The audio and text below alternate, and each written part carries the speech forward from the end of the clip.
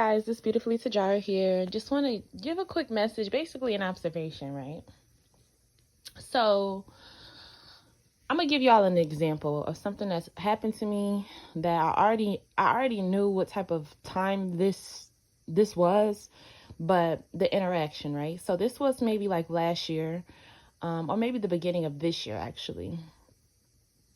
My phone broke, and so I had to go get it fixed. And so I was looking through all of my options of which phone stores to choose, and I seen a black owned wireless store. So I'm like, okay, I'm gonna go to this store to get my phone fixed. It's just like a two birds, one stone, right? Circulate the dollar through the community and get my phone fixed. Hey, that's obvious. So then I went into that phone store, right? And there's this gentleman who was there ready to service me. I did not know him personally, did not know this man from a can of paint. But he takes my phone and he looks at it and he's like, okay, this is what's wrong with it. That's what's wrong with it. So I'm like, okay. I dropped the phone off or whatever, and then I left. I believe I came back like an hour later or something. But let's just get to the interaction. When I got there, the man kind of like confronted me, like kind of pressed me. He was like, oh, why did you delete me off of Facebook? And I'm looking at him, I'm like, who are you? The fuck? Who are you? And he's like, oh, you deleted me off of Facebook because I didn't have basically I'm paraphrasing because I don't remember exactly what he said, but this is what the man said. Basically, and he was like, oh, you deleted me off Facebook because I don't believe what you believe, and I don't believe. And then, but this time he's coming from behind the counter, but mind you, he did not have on a hat before, but now he has on a hat, and he's got on a Freemason hat at this point, right? So he's like, I basically kind of called me out for being a Hebrew, okay? Because that's what I am. I'm a Hebrew, and then it's not a religion, it's not a belief system, it's who I am in the blood, okay? So he confronted me about this, and mind you, I did not know this man, and I'm probably sure I did delete him with this energy he was giving me. But at that time, the Most High had let me know, like, okay, he's a neighborhood watch type of dude. So let me break it down to this. In our community, we have people that look like us, people that don't look like us, but these people are a part of brotherhoods. They're a part of Mason groups. They're a part of Eastern Star groups, right? And they live regular lives. They might be a teacher. They might own a business. They might, work next to you. But these people literally are taking notes on you and everyone else in the community. They're the neighborhood watch, pretty much. And it's very crazy. It's Judas in the flesh, because they are right amongst you, just like you, look just like you. But understand, they're reporting everything back to their lodges. When it's all time, they all meet up at the lodge and they discuss the neighborhood. They discuss Pookie that sells drugs over on the west. They discuss old boy who's doing this, doing that, or this one, she's revolutionary. We're going to discuss her at the meeting, right? They're the neighborhood watch on a whole nother level. And what these people do is, if they don't want you in their neighborhood, they don't want you at their jobs, they don't want you making money, they don't want you doing certain things, they will come together collectively and create street theater. They will create situations that you don't even know are not organic, right? They will create stumbling blocks. They will create confrontation. And all of these people are in a brotherhood, a sisterhood. They're all in that cult together. But it's not an open cult. It's secrecy. It's built on secrecy. And what they're doing is they're using basically military tactics, military formulas on the people right in the neighborhood, right? I would say it's kind of like a sleeper cell situation, because, like I said, these people are usually in the community. They're usually the mayors. They're usually the governors. They're the people in high places, but they're also people that are just like you, that are brushing shoulders with you on the daily. They're put into the community to be a part of the community. Yes, some of these people maybe even grew up in the community, but at some point they took an oath. At some point they joined a brotherhood to get businesses, to get community roles, right? A lot of these people in these community roles, food drives, this, that, they're stealing money. They're stealing it from the people, right? And they're all included. And I'm noticing that more and more, I'm seeing more melanated folks joining these fraternities, joining these Masonic groups, joining these cults and things like that. And they're becoming Judas in the flesh. They're Judas.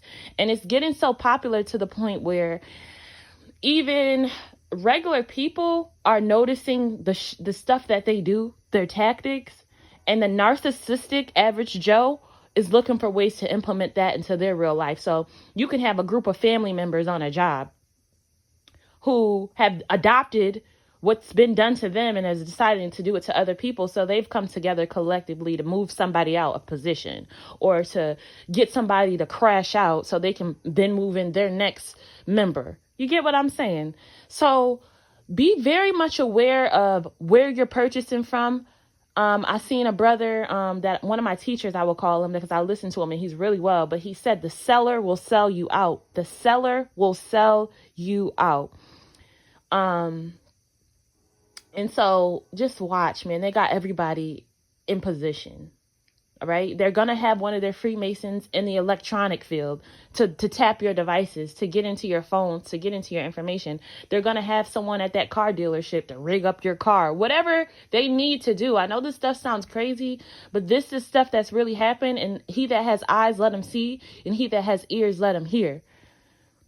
These people have put their oaths to, they've taken oaths and they're putting that over humanity. They're putting that over what's right. And they've devoted themselves into committing crimes against humanity, crimes against the chosen ones, crimes against the light workers.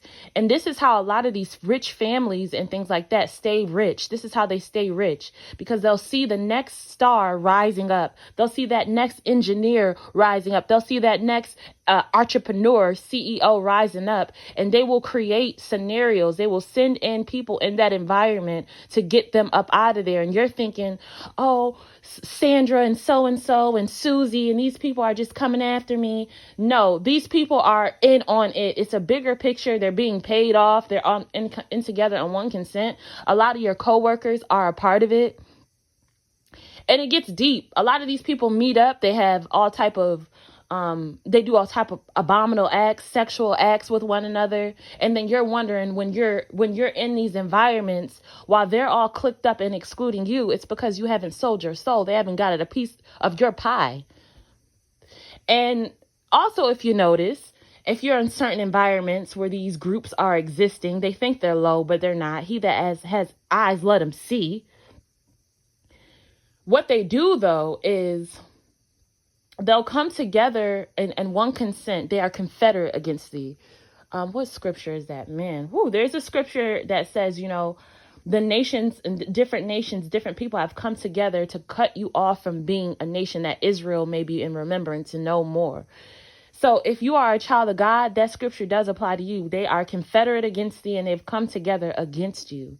This is just what it is. And then when it all hits the fan, there's all of them against you. No one's going to believe you when you're saying they're all in on this. They're all in on this. Let me tell you, there's this lady who's been involved with targeting me and gang stalking me. Mind you, everywhere I go, I see this lady driving by. I see this lady in her white car driving by. Everywhere I go, it seems, right? This lady followed me. I got moved into a new environment away from the gang stalkers, but they never move you away. They just put in new players, right? They put in new agents to get information out of you, to come act like they're your friend, act like they have things in common. Even right now, there's somebody in my energetic field that just has to be there for the time being, that this person acts like they don't watch my content. They act like they have no idea about my YouTube channel. But when we're having conversation, this person is literally repeating verbatim things that I've said on my channel to fake relate to me. But like Charleston said, you got to keep playing dumb, y'all. Keep playing dumb. Like keep playing dumb. Because the thing is,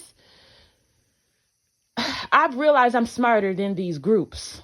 I don't show my hand. These people show their hand thinking that they're hiding their hand. They think they're so smart, and so they've gotten lazy because there's so many of them. They feel like, who can stop them? They're getting lazy with it. And listen, be aware, guys, of these groups. I'm not even going to get on the pastors, because the pastors are the main ones in these Freemason groups. And these and Eastern stars, these women are just as wicked as the men. But I'm gonna tell you right now, no weapon formed against you shall prosper. You see, they're forming the weapons. They're forming them. They're sitting down in a boardroom trying to figure out how they're going to target each individual that has something special about them that could really flip this system and turn it. Like people that can really have a voice to gather people together. These are the targets, guys. And they do this for fun. I've had someone run me off the road, literally crash into my car on purpose. There was no reason for this woman to do this, but I know she was a part of that plan.